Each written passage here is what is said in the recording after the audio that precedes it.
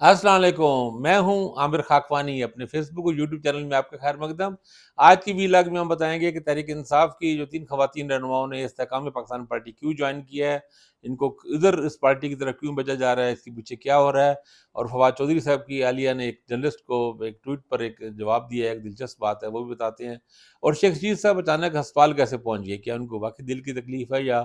پھر کسی چلے سے بچنے کی کوشش ہے، اور کیا ان کی آڈیو کال کی کیوں بات ہو رہی ہے، اور تحریک انصاف نے 3 اینکروں کے بائیکاٹ کا فیصلہ کیوں کیا، وہ کون سے 3 اینکر ہیں اور ان کا جرم کیا ہے، اس پہ بات کرتے ہیں۔ پنجاب حکومت نے 9 مئی کے مجرموں کے ملزمان کے حوالے سے ایک نیا فیصلہ کیا ہے۔ ایک ایسی خبر ہے جو پی ٹی آئی کے لیے اچھی خبر نہیں ہے، بری خبر ہے۔ آج کے اس ولاگ میں بات کریں، تھوڑی دیر میں سب چیزیں بتاتے ہیں، ہمارے ساتھ رہیے گا۔ جو نئے دوست دیکھ رہے ہیں چینل کو سبسکرائب کریں، اپنے حلقے میں اپنے دوستوں میں متعارف کرائیں،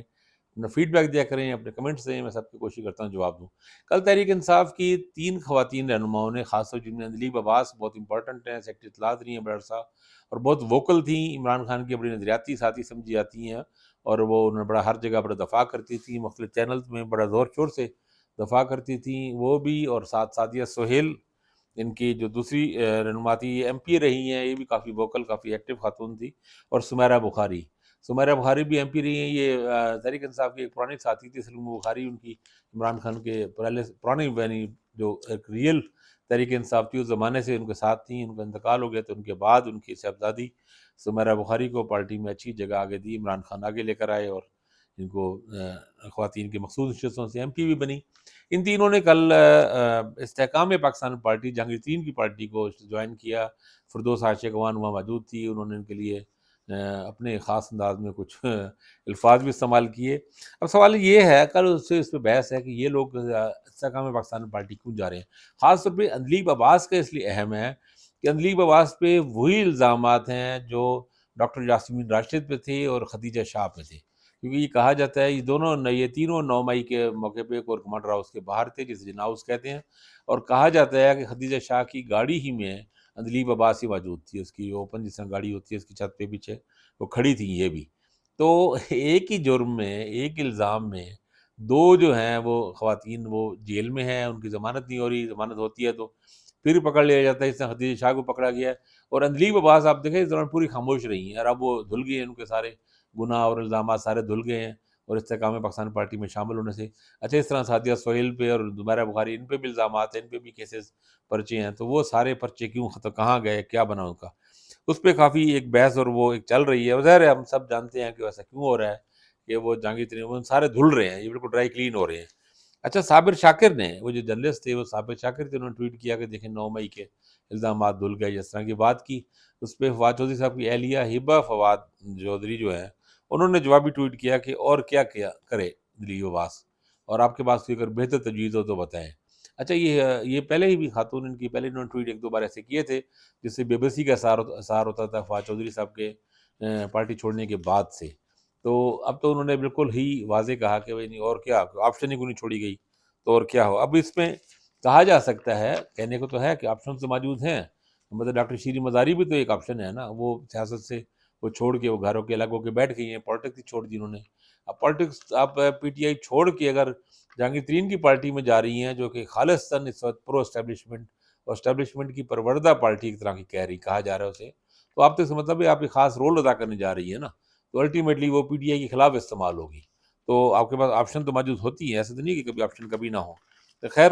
یہ بھی ایک معاملہ ہے۔ اور شیخ رشید کے حوالے سے انٹرسٹنگ خبریں آ رہی ہیں کہ حامد میر نے اصل نے اپنے ایک پروگرام میں دعویٰ کیا کہ انہوں نے ایک جرنلسٹ کو کال کی، آڈیو کال، جس میں انہوں نے جو انہوں نے منیر فاروق کے ساتھ انٹرویو میں جو باتیں کی تھی اس سے ہٹ کے کچھ انہوں نے مختلف انداز میں باتیں کہیں وہاں پہ، اور پھر اس کا یہ ہے کہ احمد میر کا کہنا یہ تھا کہ جو شیخ صاحب جو ہے نا ان کے لیے مشکل اور مسئلہ پیدا ہو جائے گا اگر وہ سامنے آ گئے تو وہ کہیں کے نہیں رہیں گے۔ تو شیخ صاحب اس کے بعد اچانک بیمار ہوئے ہیں، دل کی تکلیف کر کے وہ ہسپتال ایڈمٹ ہو گئے ہیں۔ بعض لوگ تو کہہ رہے ہیں کہ شیخ صاحب ایک نئے چلے سے بچنے کے لیے ہی وہاں پہ گئے ہیں۔ بعض لوگوں نے یہ بھی کہا کہ جرنلسٹ نے دعویٰ کیا کہ 10 دن میں ان کا ایک چلا بھی رہتا تھا، وہ انہوں نے اس سے جان چھڑانے کے لیے ایسا کر دیا۔ تو شیخ صاحب کے لیے کیا مسئلے آگے بڑھیں گے یا شیخ صاحب کی جان چھوٹ جائے گی، یہ بھی ایک ابھی دیکھنے ابھی معاملات چل رہے ہیں۔ پی ٹی آئی کے رہنما شہباز گل مسلسل اپنی ویڈیوز وہاں ویڈیو بلاگ کر رہے ہیں، تنقید کرتے ہیں اور وہ نئے نئے تیر چلاتے ہیں، اس پہ ان کو ایک بار پھر وارنٹ ان کے یہاں جاری کر دیے گئے ہیں۔ ناقابل ضمانت وارنٹ ان کے۔ ایک امپورٹنٹ فیصلہ پنجاب حکومت نے کیا، اہم ہے لیکن تکلیف دہ ہے اور غلط ہے، سچی بات تو یہ ہے کہ انہوں نے پنجاب محسن نقوی نگران وزیر اعلیٰ جو ہیں، انہوں نے یہ کیا کہ 9 مئی کے تمام ملزمان کا ٹرائل ان کی جیل میں ہی ہوگا، یعنی ان کا کورٹس میں پیش نہیں کیا جائے گا۔ یہ صنم جاوید اور ڈاکٹر یاسمین راشد اور طیبہ راجہ اور دیگر خواتین رہنما یا لوگ جو آتے تھے عدالت میں، پہلے یہ ہوتا تھا کہ چلو آگے عدالت میں اتار ان کو لمحے ان کو بھی سانس لینے کا موقع مل جاتا ہے آزادی کی آزاد فضا میں، اور یہ کہ چلو کیمرہ مین میڈیا سے کبھی تھوڑا ایک ذکر بات بھی کر لی، نہ بھی کیا تو وی کا نشان بنا دیا، ہاتھ ہلا دیا، کوئی مسکراہٹ کسی کی دیکھ کے کسی کی طبیعت خرابی کا پتہ لگ رہا ہے، اور کسی کی بے بسی کا تسبیح ہاتھ میں، اور مطلب وہ ایک تاثر سارا بن رہا تھا جس میں شاید ان کو لگا حکومت کو، نگران حکومت کو یا ان کے جو سرپرست ہیں ان کو یہ لگا کہ یہ اس سے کوئی مظلومیت کا تاثر بن رہا ہے، تو وہ تاثر ختم کرنے کی خاطر اب ان کا ٹرائل جیل میں ہوگا۔ اب یہ سچی بات ہے، کوئی اس کی توک نہیں، کوئی جسٹیفیکیشن نہیں، کوئی نہ کوئی سیکورٹی رسک ہے، نہ کوئی معاملہ، نہ کوئی گل، نہ بات، تو بس ایسے ہی یہ کہہ لیں کہ آپ اس کو انتقام کا ایک اور وکٹیمائزیشن کی ایک شکل ہی ہے، میں تو سمجھتا ہوں ایک افسوسناک بات ہے۔ اچھا، 3 اینکروں کا پی ٹی آئی نے اپنی کور کمیٹی اجلاس میں یہ فیصلہ کیا ان کا بائیکاٹ کیا جائے۔ وہ 3 اینکر ہیں کامران شاہد جنہوں نے عثمان ڈار کا انٹرویو کیا تھا، عادل شادیب جنہوں نے ان کا صداقت عباسی کا انٹرویو کیا تھا، اور منیب فاروق جنہوں نے شیخ شید کا انٹرویو کیا تھا۔ شیر افضل مروت صاحب نے ان کا یہ اعلان کیا۔ اب اس پہ بات ہو رہی ہے کہ بھئی منیب فاروق کا انٹرویو بائیکاٹ کی، تو ویسے منیب فاروق سما کے لیے کرتے ہیں، اور سما کا تو ویسے ہی علیم خان کا جو چینل ہے سما کا، تو ویسے ایک لمبے سال 1.5 سال انہوں نے کوسم سال سے انہوں نے بائیکاٹ کیا ہوا ہے پی ٹی آئی کے لوگوں نے۔ دوسری بات ہے کہ شیخ رشید تو پی ٹی آئی کے ہے ہی نہیں، تو ان کا ان پہ احتجاج تو پی ٹی آئی کا بنتا ہی نہیں ہے، وہ تو اپنی الگ پارٹی ہے، عوامی پارٹی ان کی، جو بھی عوامی لیگ پارٹی ہے، جو بھی ان کا نام ہے اس کا۔ تو لیکن خیر منیب فاروق بھی اس میں زد میں آ گئے ہیں، تینوں اینکروں کا انہوں نے بائیکاٹ کیا ہے پی ٹی آئی نے۔ اور چھوٹی چھوٹی ایک دو خبریں جو ضمنی ہیں، الگ سے ہیں۔ قاسم علی شاہ، سید قاسم علی شاہ معروف ٹرینر، موٹیویشن اسپیکر ہیں، مصنف ہیں بہت سی کتابوں کے، وہ لاہور آرٹ کونسل کے چیئرمین تھے، انہوں نے استعفیٰ دے دیا اس سے اپنی مصروفیت کا کر کے۔ انہوں نے کہا، اور ویسے میری اس پہ بات، اس سے پہلے بھی بات ہوئی تھی